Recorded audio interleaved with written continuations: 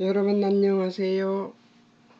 잠깐 기도하겠습니다. 사랑하는 하나님, 선하신 하나님, 우리에게 주시고자 하시는 것은 심판이 아니라 평안이요, 사랑이요, 화목인 것을 깨닫게 하시니 감사합니다.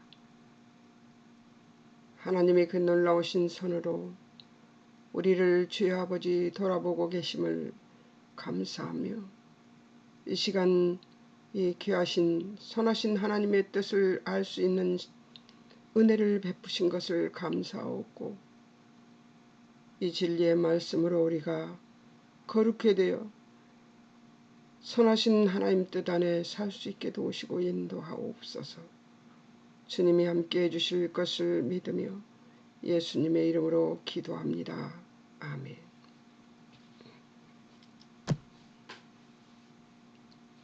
오늘은 바쁘실 텐데 짧게 하고 끝내겠습니다. 19절에서 22절 내 친구에게 문하라. 이제 바울이 뭘 부탁했어요? 복음을 부탁했죠. 그리고 우리는 하나님의 말씀을 맡은 자입니다.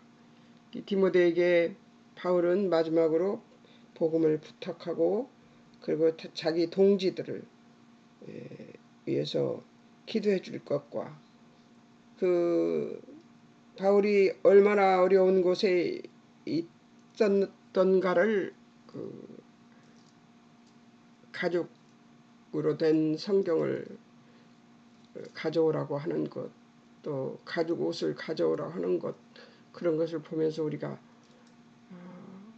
그의 말년에 육신적으로는 굉장히 고달픈 삶을 살고 있었음을 볼 수가 있었습니다. 그럼에도 불구하고 바울은 조금도 비굴해지지 않고 또 연약해지지도 않았어요.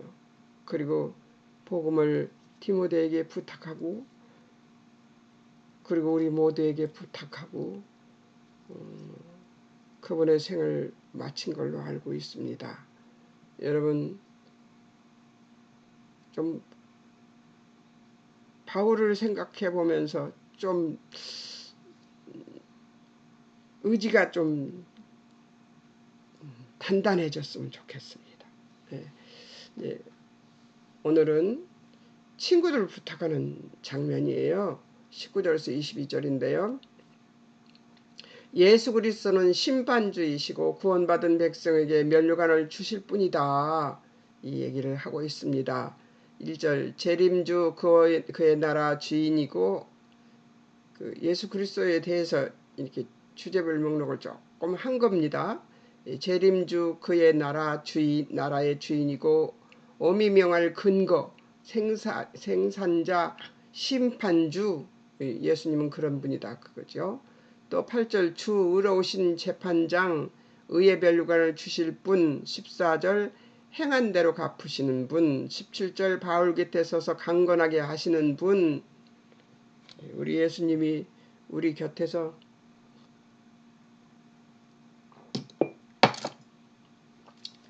우리 믿음을 응원하시고 하나님 우편에 계시면서 성령님을 우리에게 보내셔서 우리를 믿음이 강건하게 만드시죠.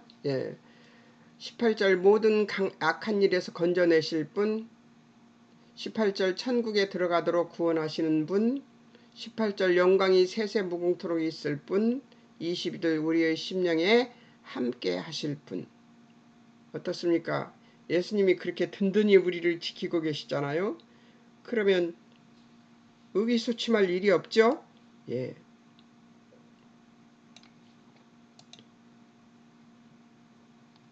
본문은 바울이 디모데에게 한 개인적인 부탁이 있습니다. 본문은 그의 놀라운 온유와 인내와 절제와 사랑과 고통을 말하지 않아도 알게 하며 그의 절절한 외로움을 말하지 않아도 느끼게 한다. 제가 그렇게 써놨습니다. 9절 너는 어서 속히 내게로 오라. 11절 내가 올 때 마가를 데리고 오라. 또 13절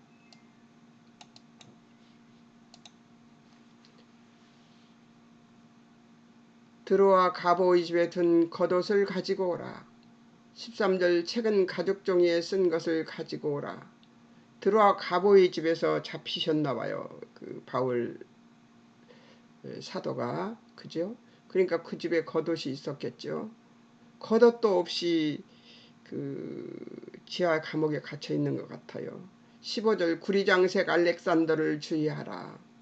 배반하고 갔는 모양이죠. 16절 날 버린 자들의 허물을 저희에게 돌리지 않기를 원한다. 원망하지 말고 그들이 죄 지은 것 가지고 내가 죄 짓지 말라는 얘기를 하고 있는 거죠. 디모데가 죄 짓지 말라는 얘기를 하고 있는 거죠. 우린 정말 그걸 잘합니다. 남이 죄 지으면 그거 가지고 내가 또 죄 짓고 있는 모습이 정말 많아요. 그거 안 하는 게 좋습니다. 19절 브리스가와 아굴라와 및 오네시보로의 집에 문안하라. 21절 겨울 전에 너는 어서 오라. 추워지기 전에 오라는 얘기죠. 여기에서 얼마나 절절하게 그 외로움이 있고 얼마나 절절하게 힘든 시간을 보내고 있는지 알 것 같죠. 제가 여기 밑에는 문학적 표현이에요. 이제 시간적 어구, 비교, 대조 이런 것들을 해놨습니다. 근데 이거는 생략하고요. 오늘은 빨리 끝내줄게요. 무한한 민족과 더 이상 바랄 것 없는 죄의 나라에 제가 적용해 본 겁니다. 무한한 만족과 더 이상 바랄 것이 없는 죄의 나라에 대한 기대는 나에게 어떤 동기를 부여하는가?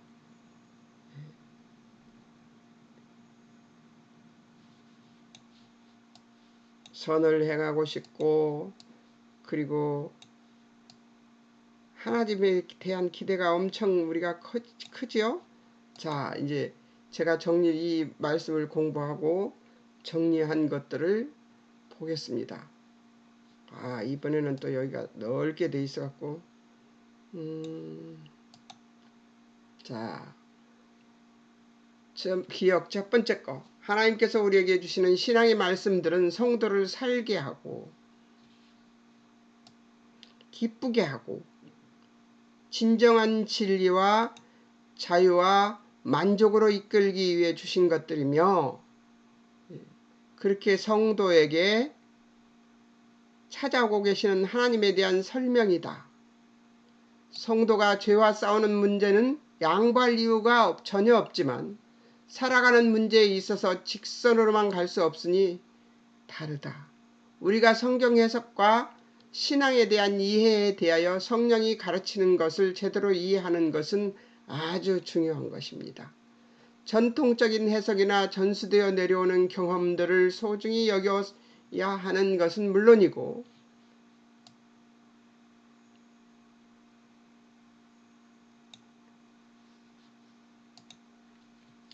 계속해서 진정한 의미를 밝혀가고 우리의 삶에 적용하는 문제로 씨름해야 한다. 이때는 다소 차이나는 점이 있더라도 성경을 해석하고 씨름한 선대의 노력도 소중한 것을 감안하고 귀히 여기며 성도의 진정한 정성과 노력, 갈등, 고민과 씨름이 있어야 하며 성경 말씀은 우리의 양식이요 자유이며 무기이고 자랑이라는 것이고 우리를 죄와 타협하려는 일에 성경의 경고를 받들며 이성이 질긴 끈을 끊어내어 경건을 매일 연습하는 일에 성경의 권면을 마음판에 새겨 넣어 남은 평생에 걸쳐 실천하는 씨름을 하기로 작정하고 하나님께 약속할 결단을 내려야 하는 그날이 오늘임을 우리는 반드시 기억해야 한다는 것이죠. 날마다 결단해야 됩니다. 날마다 씨름하고 결단해야 돼요.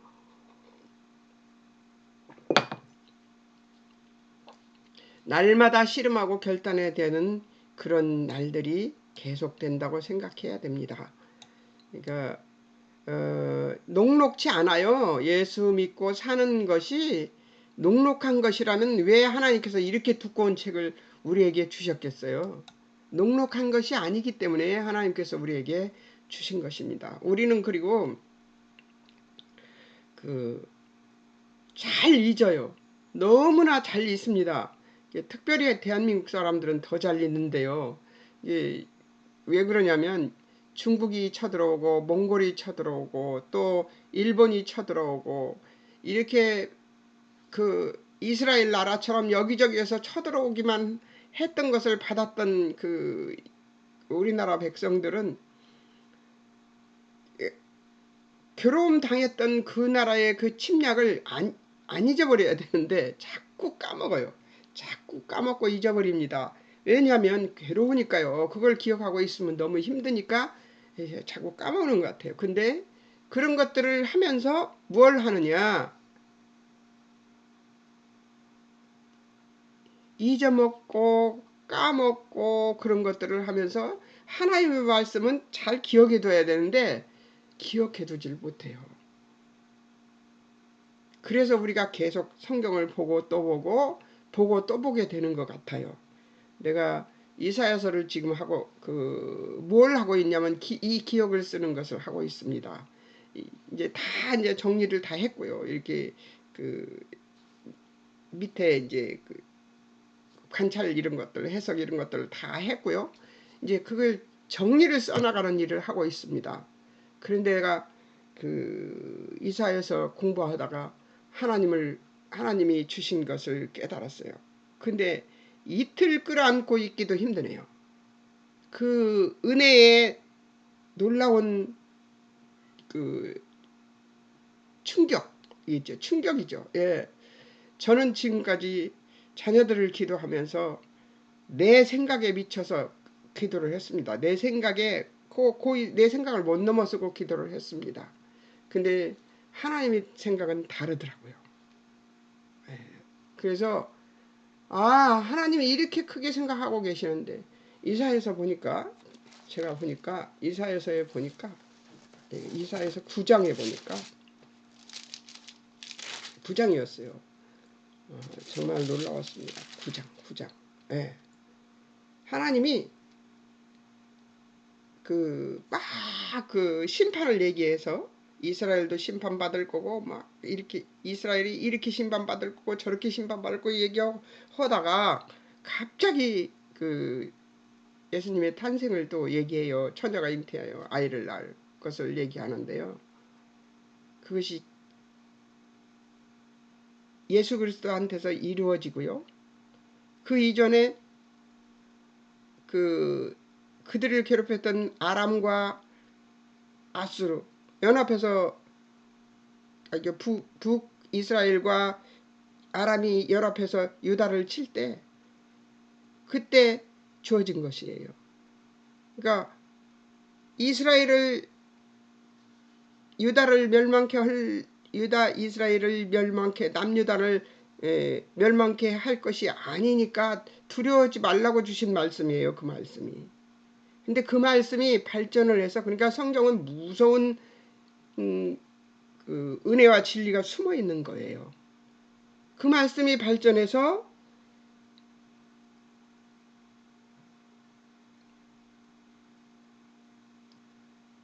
천년도 넘은 뒤에 무슨 일이 벌어져요. 천년이 넘은 거 아니죠. 이사야 때에 저기면 한 400년이 지난 뒤 400년도 지나고 700 몇 년 지난 그런 때에 예수님이 오신 것이 실현됩니다. 처녀가 잉태하는 것이 발전을 한 거예요. 그러니까 성경 말씀은 너무 놀랍습니다.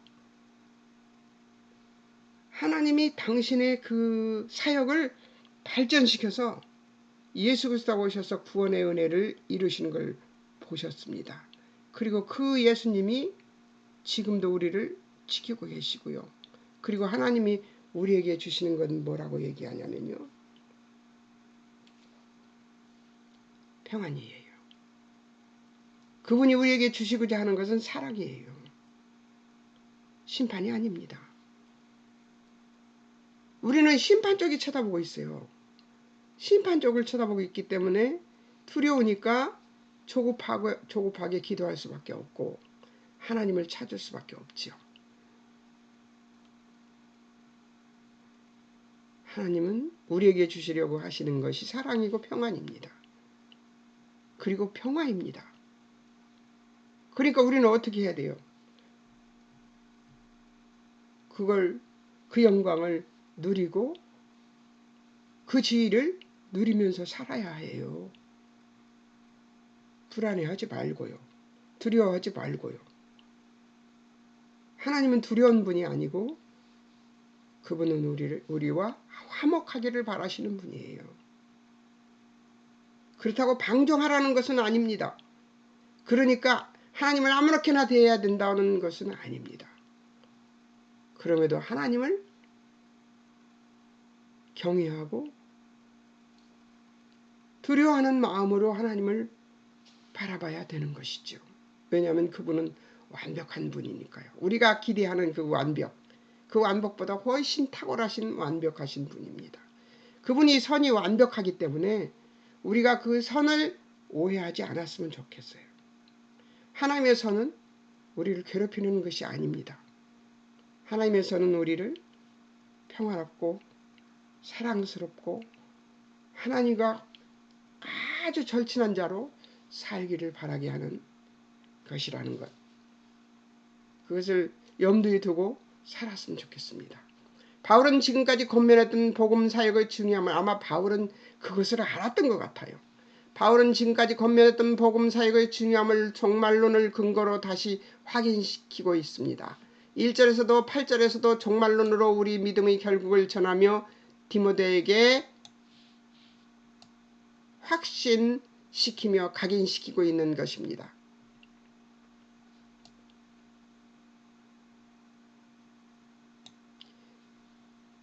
성도들에게 종말이란 하나님 뜻과 약속이 다 이루어지는 결국을 말하며 진리가 진리라서 마침내 그 마지막 영광의 실체를 드리는 때를 말하는 것입니다.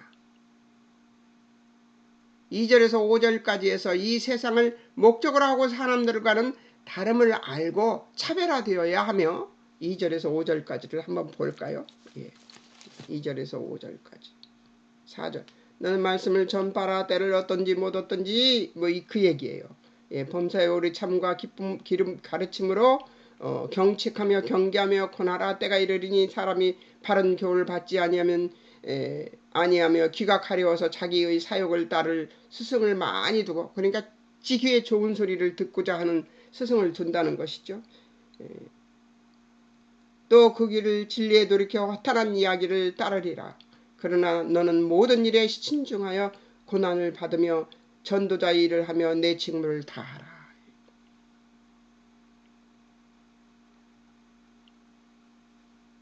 어때요? 우리가 하나님을 두려워만 할 수 있겠습니까? 바울이 두려워하지 않았던 하나님이에요. 바울은 두려운 하나님을 얘기하는 것이 아니라 선한 하나님을 얘기하고 있는 것이죠. 2절에서 5절까지 해서 이 세상을 목적으로 하고 사는 사람들과는 다름을 알고 차별해야 하며 복음을 전하는 일은 고난이 따르게 되어 있음을 전하면서, 그래서 성경은 충성을 요구하는 것이며 바울도 선한 싸움을 싸웠다고 믿음을 지켰다고 하는 것입니다.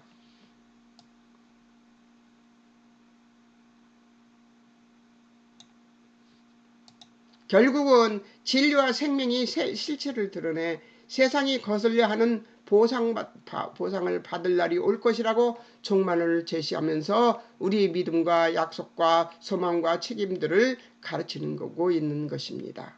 복음 전파는 우리와 노선이 다른 이 세상과 충돌될 것이므로 전도자의 사명은 증언만 아니라 세상이 추구하는 것들을 거슬러서 증거해야 한다는 것임을 디모데가 우리에게 상기시키고 있는 것입니다. 이 세상은 우리를 반대해요. 이 세상은 우리를 반대해요. 문 밖에 나가면 비아냥거리는 소리부터 들립니다.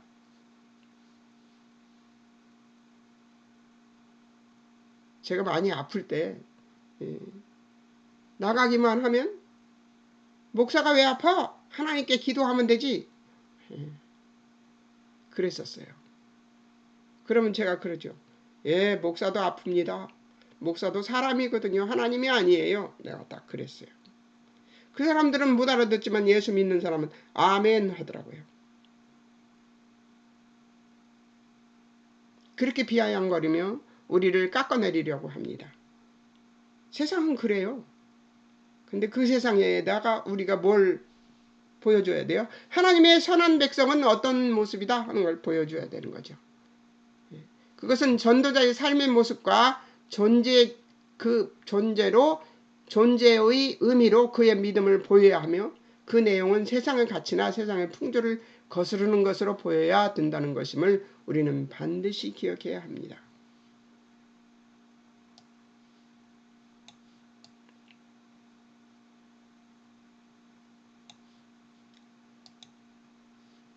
세 번째, 우리가 믿고 증거하는 것들을 세상이 달가워하지 않고 세상이 추구하는 것과는 다르기 때문에 우리가 증언하는 내용들로 우리의 삶이 정의되게 하고 우리의 삶에 채우지 않는다면 우리의 증언은 쓸모가 없어집니다. 이렇게 살려 하면 세상살이가 녹록하지 않고 고달프다는 것이죠. 그래서 고달픈 것을 바울이 체험했기 때문에 그 체험한 것을 전해주고 있는 거예요. 성경이 성도에게 요구하는 것은 예수 그리스도께서 그러신 것처럼 증거한 것들을 목표로 삼아 우리 고백들이 우리 삶을 규정해야 되는데 우리는 예수님처럼 완벽한 존재가 못 때문에 우리의 존재와 인격을 규정해야 되는 노력을 해야 한다는 것이죠. 예수님은 그냥 그대로 규정하셨어요. 왜냐하면 하나님이시기 때문에. 근데 우리는 사람이기 때문에 완벽한 존재가 못 돼요. 우리는 선에 완벽하지 못하고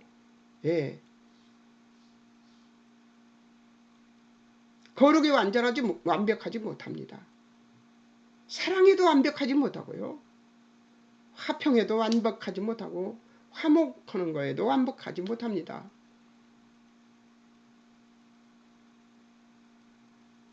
그런데 사람들 앞에서는 우리가 선을 보여야 되고 우리가 사람들 앞에서는 거룩을 보여야 됩니다. 그렇기 때문에 우리가 그것을 하기 위해서는 노력을 해야 된다는 것이죠.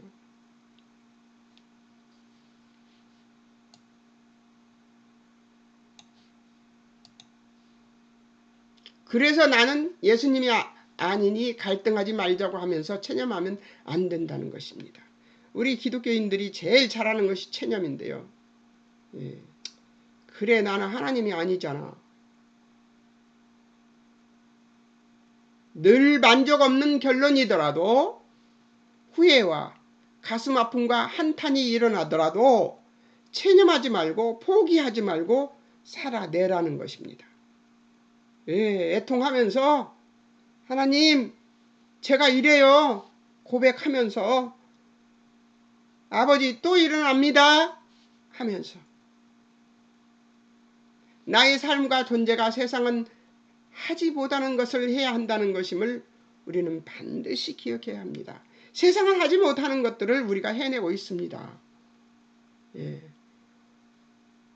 생각만 하면은 가서 주먹 들고 가서 한 꿀밤 한 대 주고 싶은 만큼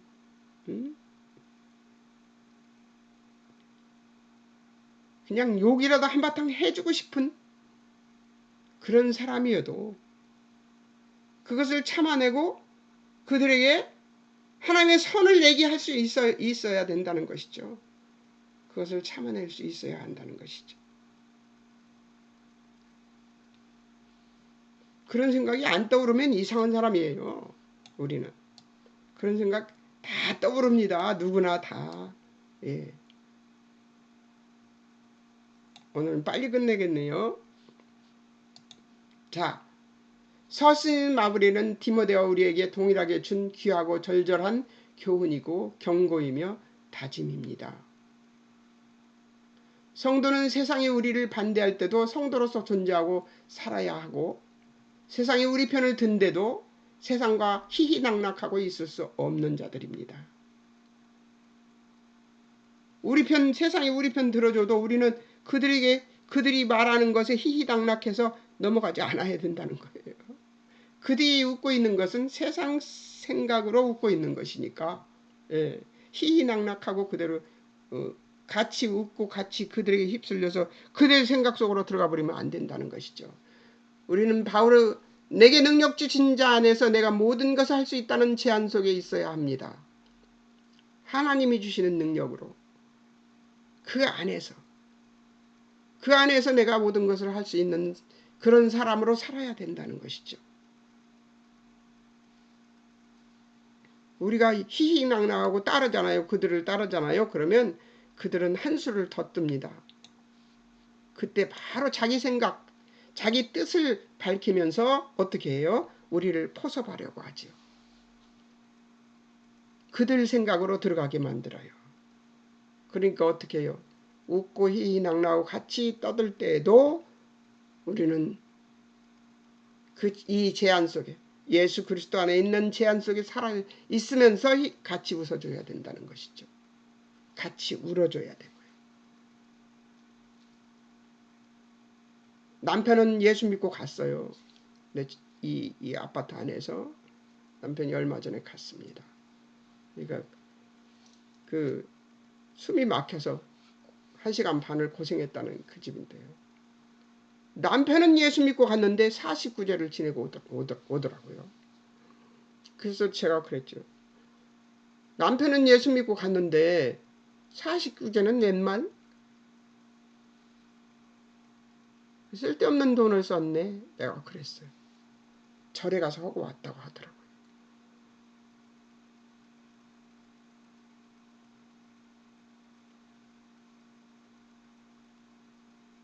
예, 이번에는 대놓고 얘기를 했습니다. 예.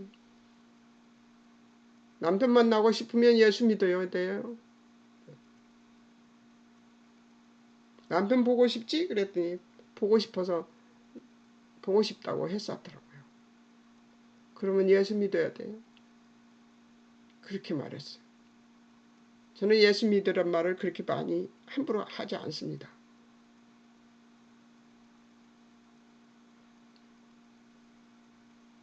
그냥 착하게 사는 모습을 보여주는 것만 합니다. 그러니까 자기도 나를 친구로 삼고 싶은가 봐요. 계속 연락하고 하는 거 보면. 근데 예수 믿는 것만큼은 안 하려고 해요. 주여, 기도할 뿐입니다.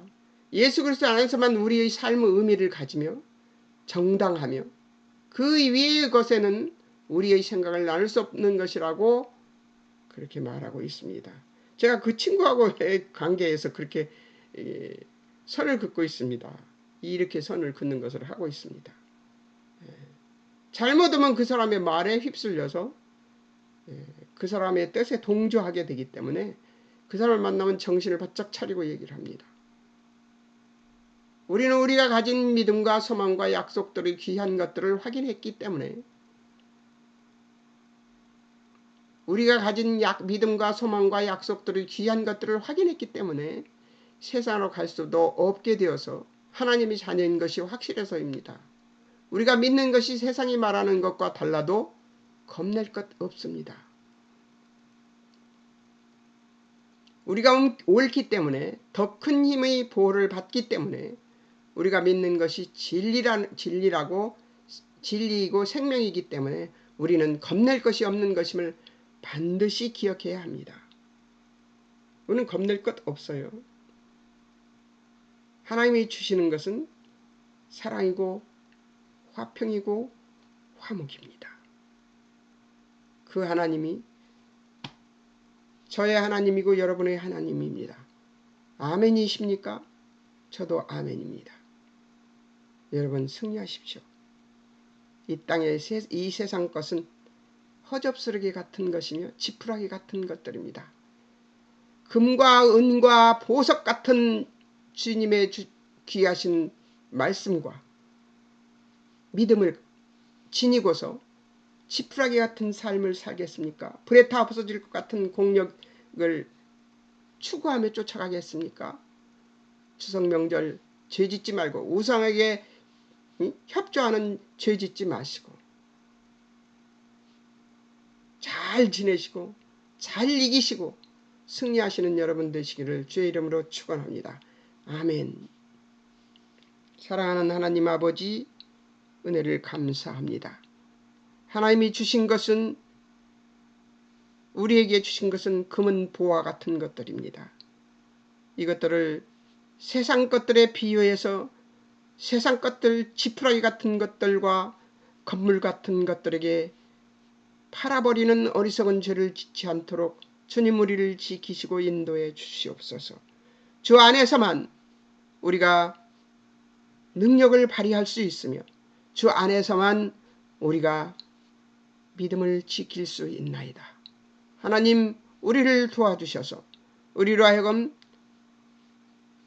하나님의 뜻을 거스르는 죄를 범치 않게 하시고 아버지의 뜻 안에서 아버지가 주시는 사랑과 화평을 먹으며 아버지가 주시는 주여 아버지 하나님, 우리의 주여 아버지 하나님, 하나님과의 화목, 삼위 하나님과의 화목을 누리는 우리들이 되도록 주님 축복해 주실 하나님을 찬송하며 예수님의 이름으로 감사기도 드립니다.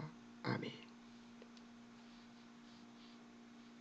여러분 승리하시고 이제 그 다음 주에는 디모데후서 13과입니다. 4장 해석 인물 연구가 있습니다.